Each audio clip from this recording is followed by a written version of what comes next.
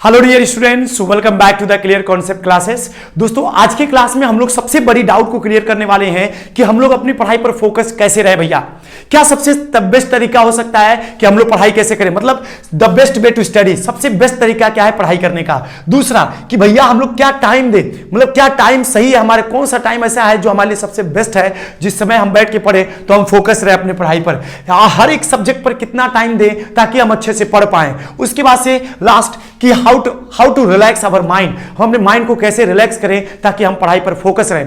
क्योंकि हम सब जानते हैं कि बोर्ड एग्जाम एकदम नजदीक आ गया है, सिर्फ 1 से 1.5 महीने और बचे हुए हैं। अब आप कैसे अपने पढ़ाई पर फोकस रहें, ये 4 बातें, ये 4 क्वेश्चन का मैं आपको जवाब देने वाला हूं, जिससे कि आप फोकस रह पाओगे। क्योंकि आजकल के समय में सबसे ज्यादा परेशानी क्या है, देखें, यदि आप ये बात समझ जाए कि आप फोकस किस वजह से नहीं रह पाते हो तो आप फोकस रह जाओगे, है कि नहीं, यानी फोकस हो पाओगे। तो अगर फोकस होना है तो क्यों आप फोकस नहीं रह पाते हो पढ़ाई पर, यह सबसे पहली चीज है जो आपको जानना चाहिए।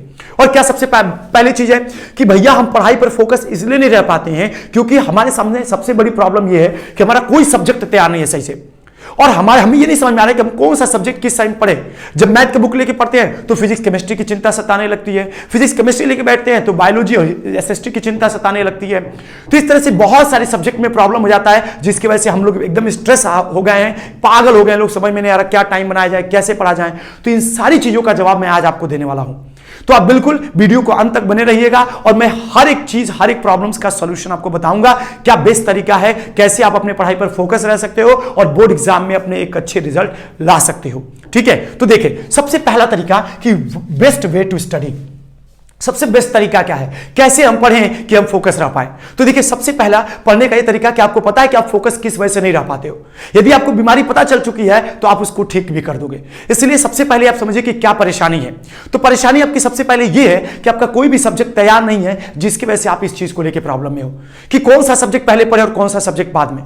तो देखिए, सबसे पहले आप क्या करिए कि किसी सब्जेक्ट को जब आप लेके बैठे पढ़ने के लिए तो उसके अलावा कोई भी सब्जेक्ट आपके डेस्क पर नहीं होना चाहिए।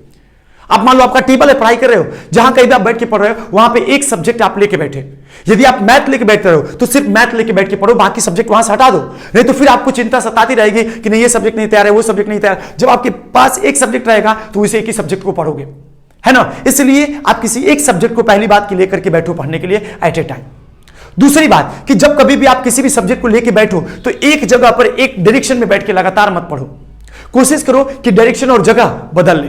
जैसे मान लो कमरे के इस हिस्से में आपने मैथ बैठ के पढ़ा तो आप फिजिक्स केमिस्ट्री इधर पढ़ो, बायोलॉजी इधर पढ़ो, एसएसटी इधर पढ़ लो, डायरेक्शन बदल लो, जिससे क्या होगा, मन लगेगा पढ़ाई में।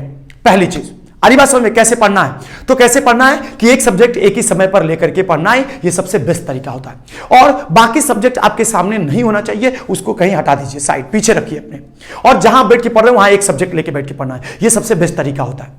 दूसरी चीज कि एक सब्जेक्ट को लगातार 50 से 55 मिनट से अधिक नहीं पढ़ना है। जैसे फिजिक्स केमिस्ट्री मैथ बायोलॉजी हो गया, इसके बाद सॉरी मैथ को छोड़ के फिजिक्स केमिस्ट्री बायोलॉजी और एसएसटी इंग्लिश हिंदी, ये जो 6 सब्जेक्ट्स हैं इनको लगातार आप 50 से 55 मिनट तक पढ़ो।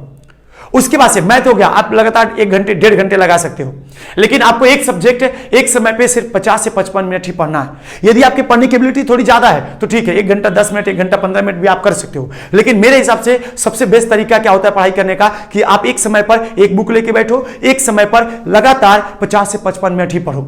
दूसरा तरीका कि पढ़ाई करते समय, तीसरा तरीका कि पढ़ाई करते समय जब भी आप बैठे पढ़ने के लिए, मान लीजिए आप 8 बजे बैठ रहे हो पढ़ने के लिए, तो उस समय पर आप 1 गिलास पानी पी के बैठा करो।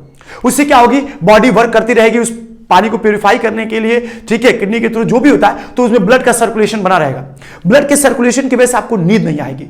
तो जब भी आप बैठो पढ़ने के लिए तो सबसे पहले कि एक बुक एक समय पे लेके पढ़ो, दूसरा कि 50 से 55 मिनट पढ़ो, और तीसरा कि आपको क्या करना है, पानी लगातार पीते रहना है।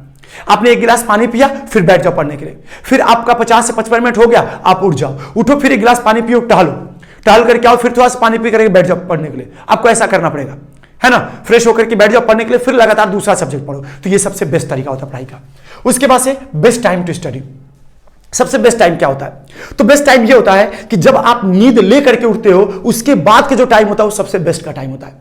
अब बात माने या ना माने, जब आप सो करके उठते हैं ना, वो सबसे आपके लिए बेस्ट टाइम होता है पढ़ाई करने का। तो आप सो करके उठे सुबह में, तो सुबह में जब आप सो करके उठते हैं तो वो आपके लिए सबसे बेस्ट टाइम होता है। आप फटाफट उठ करके थोड़ा सा मुंह धुल करके थोड़ा सा फ्रेश हो लीजिए, फ्रेश होकर के बैठ जाइए पढ़ने के लिए, एक गिलास पानी पी करके। और उस समय पर उस सब्जेक्ट को पढ़िए जो कि सबसे ज्यादा आपको हार्ड लगता है, उस सब्जेक्ट को सबसे ज्यादा पढ़िए।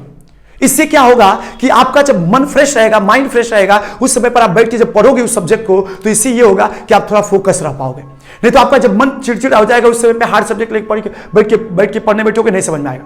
इसलिए इस बात का आप ध्यान रखिएगा कि क्या सबसे बेस्ट टाइम होता है, तो उस समय जब आप सो के उठते हो उस समय पे सबसे हार्ड सब्जेक्ट को पढ़ो। दूसरी बात कि आपको एक बार इस समय सो लेना है, और जब आपको नींद आए कोशिश करना है पावर नैप लीजिए।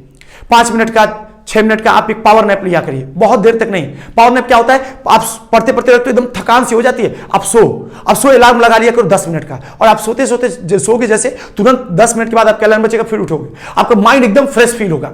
और जब आपको इसकी आदत लग जाएगी पावर नैप की, मैं बता दूं ये सबसे बड़ा हथियार है जो आपको हर एक चीज पर फोकस रखेगा, है ना। तो ये आपको याद रखना है।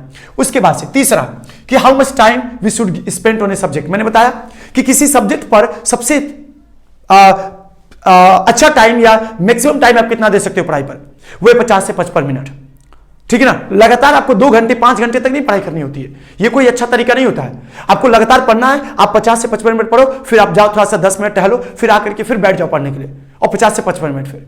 तो ये आपका टाइम होना चाहिए। तो टाइम मैंने आपको बता दिया। उसके बाद से how to relax our mind.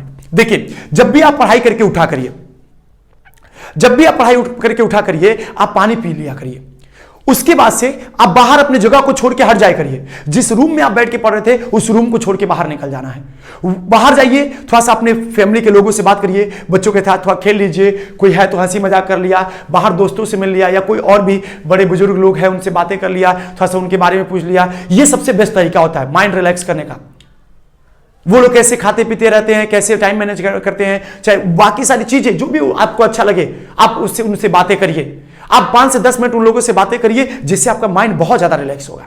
यदि आपको कोई चीज ऐसी है जो कि बहुत ज्यादा प्रॉब्लम क्रिएट कर रही है, कोई ऐसी प्रॉब्लम हो गई है लाइफ में जिसकी वजह से आप बहुत ज्यादा चिंता रहते हैं, लेकर के परेशान हैं, आप जाकर के अपने दोस्त से बताइए, अपने माता पिता से बताइए, अपने भाई बहन से बताइए, उनसे बता करके अपने माइंड को रिलैक्स करिए। सबसे बेस्ट तरीका ये होता है माइंड को रिलैक्स कैसे है करिए। शाम के समय आधा घंटा अपने दोस्त के साथ बाहर निकला करिए, मार्केट हो निकलने के लिए, बाहर कहीं टहलने के लिए, आधे घंटे के लिए टहलने के लिए निकला करिए, है ना।